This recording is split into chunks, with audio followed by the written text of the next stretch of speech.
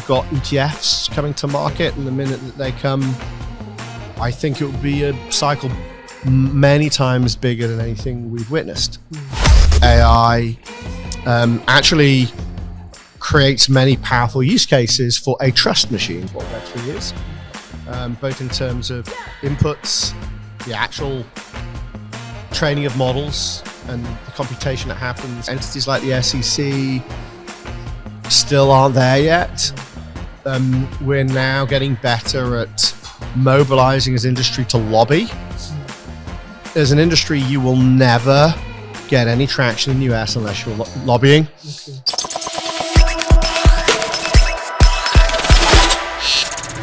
Hello and welcome to Voice of Crypto, and we are reporting live from Zebu Live, and we have very interesting guest Jamie here. So welcome on the podcast, Jamie.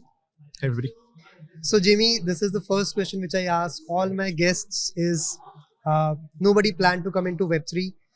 Do you remember that incident which got you into Web3? Yeah, well, so the thing is, I've been in crypto for about 10 years now. I think Outlier is coming up to its 10th year anniversary early next year. And so A, I'm getting old and can't really remember stuff. And B, you often rewrite history in your head. So actually, the actual moment where it kind of clicked for me, I can't really remember. But what I can say is generally, I was kind of operating as an angel, worked very heavily in what we would now call Web 2, was one of the first people to bring in organizations like MySpace and Facebook into some of the large advertising and communications groups.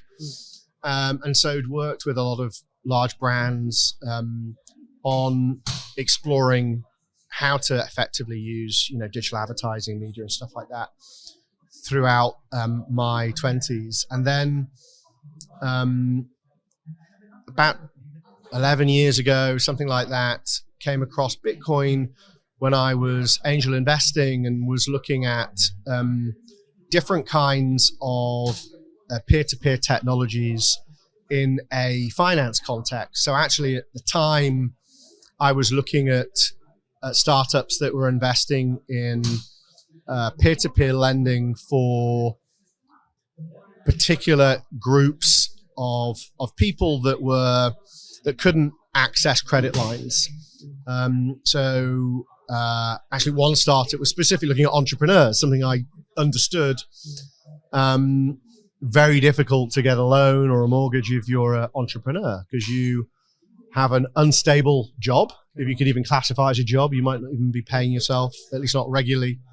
And yet, clearly you are somebody that has a high likelihood of being a reliable person to be able to ultimately take some credit lines. So I was looking at different startups. One was working on this, and the technologies that they were using, the stack that they were using at the time, didn't really convince me. And then in parallel to that, I came across Bitcoin. I can't remember how or why.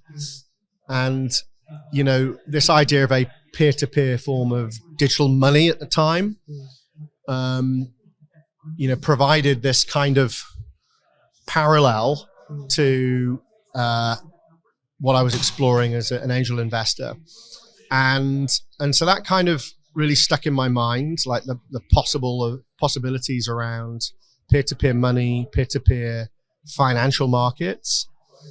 At the same time, I'd worked with a lot of very large organizations, and it was doubtful to me that at that point they would be adopting Bitcoin anytime soon, integrating it into their IT systems. Interestingly, it's only now, 10 years on, where I think Bitcoin is acceptable or even interesting as an innovation to those large brands.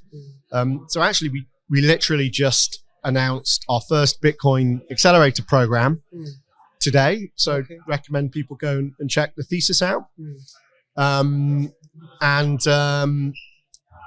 so that kind of really set us off on my journey. And at the time, I didn't really know where it was all going. I didn't really have a game plan. It just felt like it wouldn't be a waste of time. And I think I went to the first Bitcoin conference in Europe, actually held here in London. And it had a reasonable rooms, like maybe 60 people in it. And I kind of thought felt like there was something here. It felt like there weren't enough credible people in Europe thinking about it. And so being an opportunist, it felt like a place where I could build a career and bring with me some of the knowledge and learning that I had in commercializing technologies. When Bitcoin and blockchains generally were very much in a R&D phase, really, what you would have categorized as deep tech, which is, of course, different to where we are now. We're kind of looking at the commercialization of this stuff. So, I mean, yes, 10 years is a long time in Web3. So you are one of the OGs of the industry.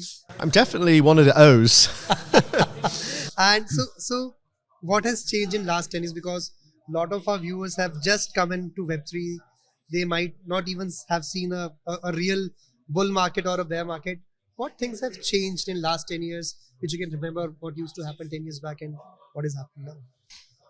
Yeah, I mean, it's just totally different on a number of levels.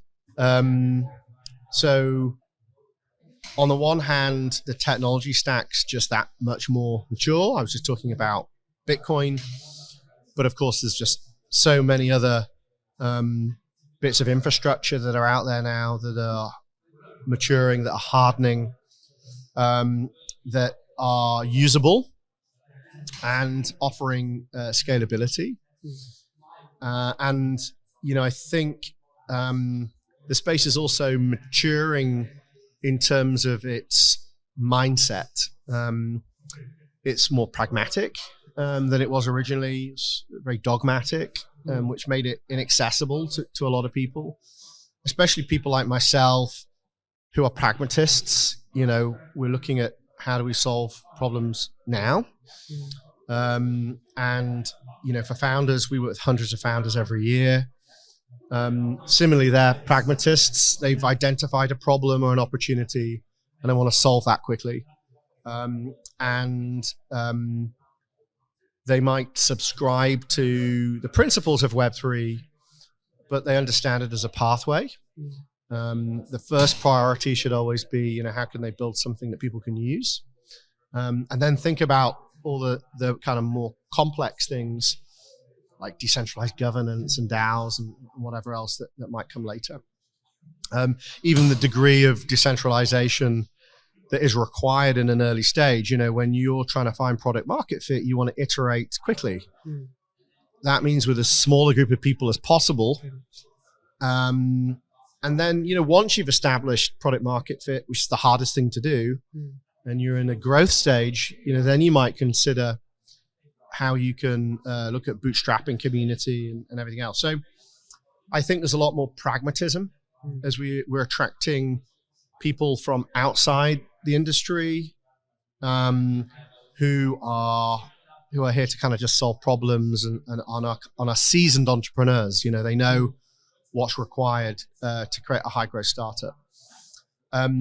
Equally, I think the space continues to be volatile. We continue to have these cycles. Honestly, I don't think that's ever going to go away. You kind of just need to get used to that, which is why we've always encouraged founders to take an evergreen approach to building a startup. If you're building a startup that only works, or tokenomics that only work in a bull market, you're going to run into problems. So actually, we found founders that have a dual approach. They're building a real revenue generating equity business that could raise money into it irrespective of having a token or not. But in parallel, developing a token proposition which augments a successful product. It isn't the product. It augments a successful product. It incentivizes certain behaviors, it accelerates adoption, or it distributes ownership. So teams that have built both of those things can survive across cycles. And this is statistically, I can say that statistically now because we've got 275 startups, right? So cycles aren't going to go away, but being more pragmatic, building this kind of hybrid businesses means you're going to survive better. So we've got those learnings, but I guess the difference is whilst we are, now for a long time I was saying we weren't likely to go into a bear market proper or a kind of crypto winter. I think we've come very close. It's been like sustained markets, sustained regulatory pressure, sustained depressed markets. But at the same time, I think despite that, unlike other cycles, it's increasingly obvious to most people that Web3 is not going to disappear. So in previous cycles, nobody was sure if digital assets would continue to be a thing, right? People would ever come back. I don't think that's true now. I was saying I think you off air, you look at crypto events. I always say that they're not a barometer of who or who isn't building in the space. They're a barometer of who is coming into the space, who's new that's coming to the space. People that are established building product, they're not going to come necessarily and listen to somebody talk about Web3. They kind of know these things already and they're executing. So, for example, Zebra Live, a great event, one of the only events we've got in the UK at the moment, smaller event than we've seen, but at the same time, there's a lot of people here who have been here for a very long time, continue to be here, who are building. Slightly less new people coming into the space in this particular ecosystem. But then if you go to Singapore, for example, one of the largest events I've seen. So there's the regional variance. But on the whole, I think people are very optimistic. Fundraising's hard for founders at the moment. But I think most know it's temporal. And so that's different. With each cycle that we survive, as an industry, we know it's just part of the cycle.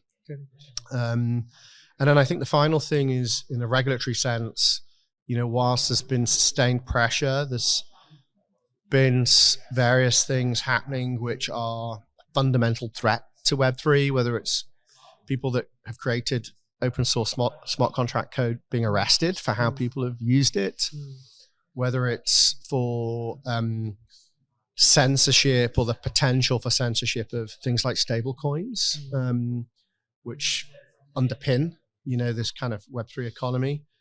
At the same time, I think that certain jurisdictions are now jostling to become one of the kind of leading hubs in crypto. We work very closely with Singapore, we work very closely with Cayman. Of course, there's the UK.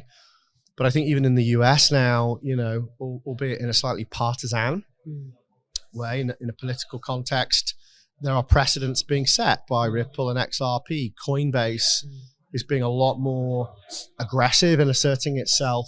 And so whilst that pressure is sustained, entities like the SEC still aren't there yet. We're now getting better at mobilizing as industry to lobby. As an industry, you will never get any traction in the US unless you're lobbying. I think SBF, for the wrong reasons, showed us he was great at lobbying. He was just lobbying for the wrong reasons. I think now Coinbase and a few others have seen they need to do that, except, as good actors. And so I think we're mobilizing the industry. I think we're building a political base. So all in all, I'm more optimistic than ever about the space, right? And it's just a case of when we can get rid of some of the regulatory overhang. And then we've got ETFs coming to market, and the minute that they come, I think it will be a cycle many times bigger than anything we've witnessed. There will be a bear market that precedes that. Yeah. But as long as founders think in an evergreen context, how do I build across cycles? You're all good. Okay. I really like you when you said that there's also difference in mentality of entrepreneurs in different geographies. So what geographies is Jamie bullish on? Yeah, so I mean, we are a virtual accelerator by design. Well, by accident because of course COVID. Correct. But by design now because we kept with it. And that means we can work with founders wherever they are in the world. And for us, that's really important. You know, you look at accelerators elsewhere and they're still running big in-person accelerators out of Silicon Valley, ideally recruiting from Ivy League. And I just think that's insane when you think about the potential for Web3. So for us, we really don't bias to any one geography. We have founders from relatively obscure places on the earth, working in distributed teams. And our portfolio is truly global. That said, regions I'm excited by for different reasons. I think India is a very exciting region, not as a market, because I think as a domestic market, there are at least the perception that there's too many limitations on what they can do. But in terms of a founder base, especially a very technical founder base, we're seeing a lot of increasing segment of our portfolio being led by Indian founders, but that are exporting Web3 products globally. So it'd be interesting when the switch flips and you open up the domestic market as well. Southeast Asia, of course, generally is very exciting. If you look at crypto penetration in terms of per capita by the population, you know, Vietnam, the Philippines, etc. You just have a much more crypto native consumer base. So you're seeing a lot more traction in the context of consumer applications, of course, gaming. So, you know, they're the ones that kind of spring to mind. LATAM is very exciting again, because you've got a consumer base who fully understand like the value of digital assets that aren't experiencing hyperinflation or can't be seized. Like they get the principle of sovereignty of wealth, and therefore Web3 is a obvious antidote to what they may see as some structural problems with the world that they live in. And so we're seeing that as a growing segment for us. It's actually been a sub-thesis for some of the programs that we've run, where we have a high representation of LATAM founder, a program that we're running with Walmart and Decasonic. Actually, we saw quite a few founders coming from there. And we're seeing a lot of kind of on-off ramps for just basic remittance and, you know, crypto credit cards and stuff like that in LATAM as well. Yeah. So that's kind of generally from a geographic perspective where we're seeing founders. But honestly, at the same time, we run like a zero knowledge program at the moment. And we're seeing brilliant technical founders for that from all over the planet, like, you know, the Baltics or New Zealand, or, you know, relatively small populations, not necessarily known for creating unicorns. And yet there's somebody sat, you know, working from home who's just built this kick-ass product, and might just be the one that goes on and creates a multi-billion-dollar network, protocol, or franchise. Correct. And you spoke about, I mean, multiple geographies, and I know this is a very difficult question to answer. I mean, it's like you answer who's your favorite child, but out of all of your portfolio companies, which are your top 5 favorite? Oh yeah. So I would not say companies, founders and companies. So I definitely can't. I couldn't say that, right? Yeah. But what I can say is, obviously we have 275 investments, and they're all at very different stages. And so it's probably fairer for me to talk about those that are later stage. So have had the benefit of time and funding to build momentum, and are out there with demonstrable traction and what you would categorize as high growth startups. So, and several of these might be, either a live network or going out with a live network. So if I start with, some of the live networks, I think if you look at Biconomy, have kind of been working in the account abstraction space before it was cool, for a couple of years now. They're actually in one of our first cohorts. And if you just look at the adoption curve that they have, I think within their category, they're market leader by some mile, in terms of percentage terms. And if you look at the impact that they're having on dApps, they're making a huge amount of dApps usable in a consumer context. So we're really excited by what they're doing. I think if you look at Fetch.ai, actually we invested in them prior to even having a formal accelerator. It's more like an incubator. They were AI people from DeepMind who came out building agent-based systems, and of course Web3 and AI is hot. We built a whole stack for that over several years. So they're having their time in the sun. I think if you look at Boson Protocol have been pioneering a decentralized e-commerce stack for some time, which is super exciting. But actually, some of the primitives that they built are also very applicable to real-world assets. So they were focused on being able to exchange a digital thing, a token, an NFT, and redeem it for a physical thing. And they were thinking of that in a context of commerce, but of course it's easily applicable to any real-world asset that you want to represent, trade, borrow, and lend against in a digital sense in DeFi. So I think, they're doing really well. I think if you look at Futureverse is a roll-up that started out working primarily in NFT-based assets, Fluff World and stuff like that, but they've ended up building a whole stack of technologies to allow for, and a composable stack to allow for open metaverses. So people to create metaverse environments, could be social, could be gaming, could be commerce. And to have kind of interoperability across those.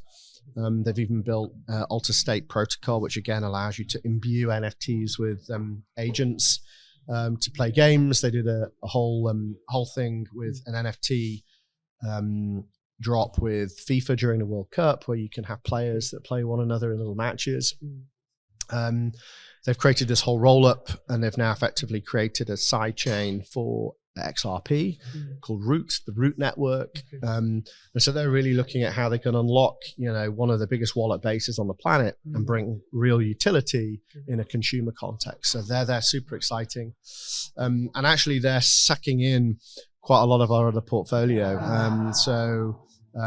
Crucible, who works on cross gaming engine, assets and avatars from Unity and Unreal, just took investment from them. We actually just launched an accelerator program with Futureverse. So it's great to see some of our portfolio coming back now as investors, acquiring companies, rolling them up.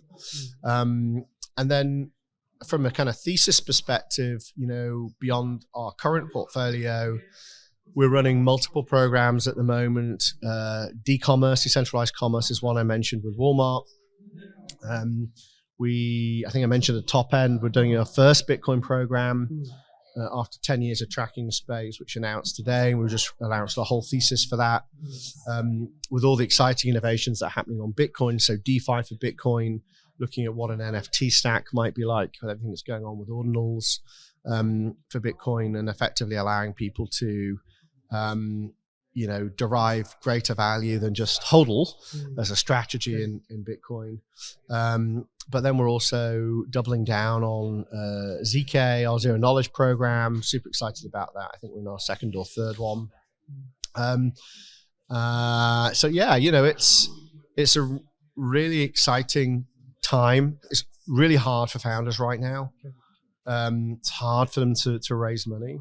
But at the same time, we've been seeing probably for the first quarter in about a year, new funds being created, first-time funds, second, third-time funds, re-raising, and people increasingly deploying capital now, 2, 3, 4 transactions a month. So there's always a lag in data, in venture. So you look at Q3, funding, it was a continued down from Q1. I actually expect to bounce in Q4, and I expect that to sustain. Correct. And since we are talking about it, what are the 3 trends you are bullish about in the next bull market or in the next in 2024? Yeah, so for us, as I said, kind of AI and Web3 has always been a theme. We actually wrote our first thesis on this back in 2016 or 17. It's called the Convergence Thesis. For us, all roads lead back to Web3.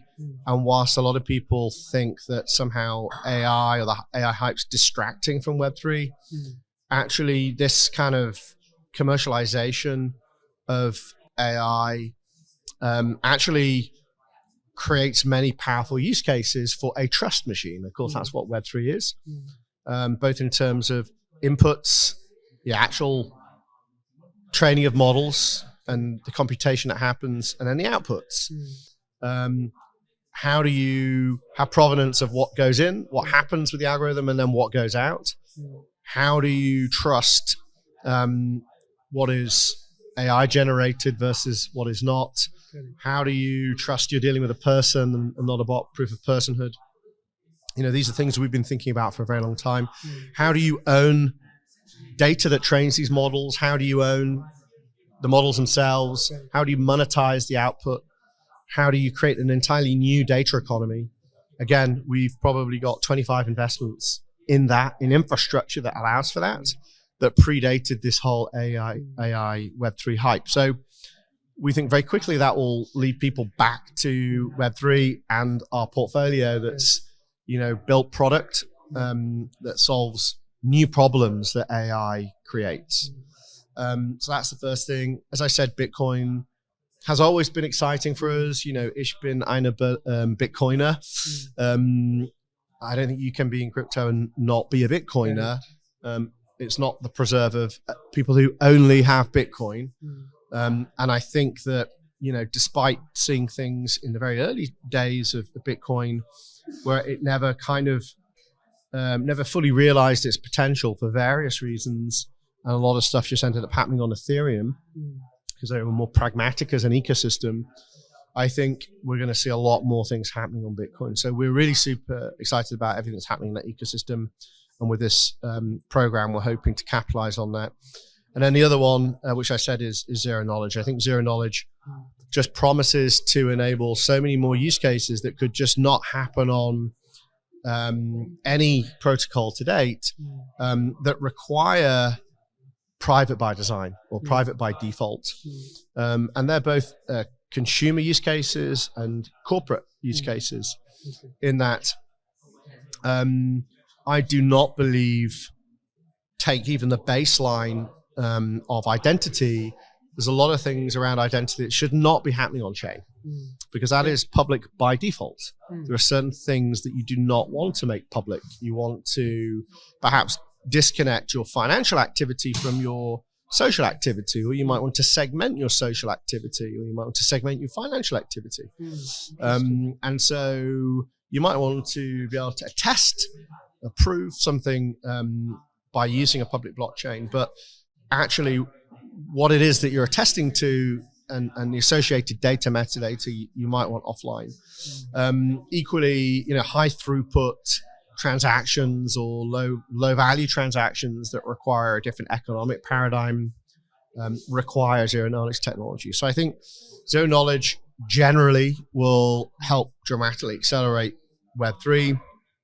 And they will also, in a consumer sense, but then they'll also allow a lot of enterprise to come through who were previously not going to reveal their supply chains on a public blockchain.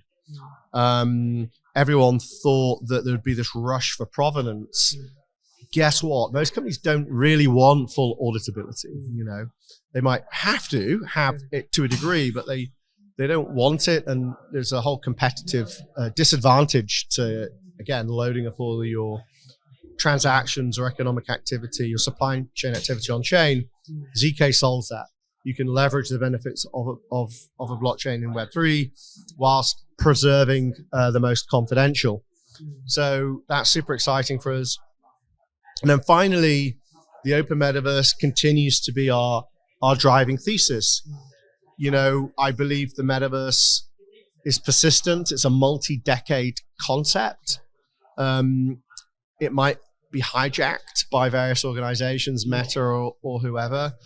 It continues to be our defining thesis for the next decade plus, because ultimately for us, the web will get increasingly immersive, and it's critical that we bake the DNA of Web3 and its principles into that before it becomes inescapable. We will reveal only more data about ourselves with an immersive web. A VR headset, for example, captures biometric data, how you blink, your emotional response rate to visual stimuli. Do you want Facebook owning that? That's just one example. But other examples are, if you are in a situation where the economic activity that happens on a platform is locked in that platform, it can't be turned into an NFT or something else that's transferable, then it can't be used in DeFi. And therefore, there is no financial market that can price it, or you can borrow against it. So it's almost cliched now, but in gaming, how many gaming items, digital skins or whatever, you could be a millionaire in gaming skins. You can't go to a bank and say, hey, I need a short-term loan, or I need a mortgage. There's billions, maybe even trillions of dollars worth of digital wealth that is not recognized by the existing financial system. That is insane. And yet it's not going to be recognized anytime soon.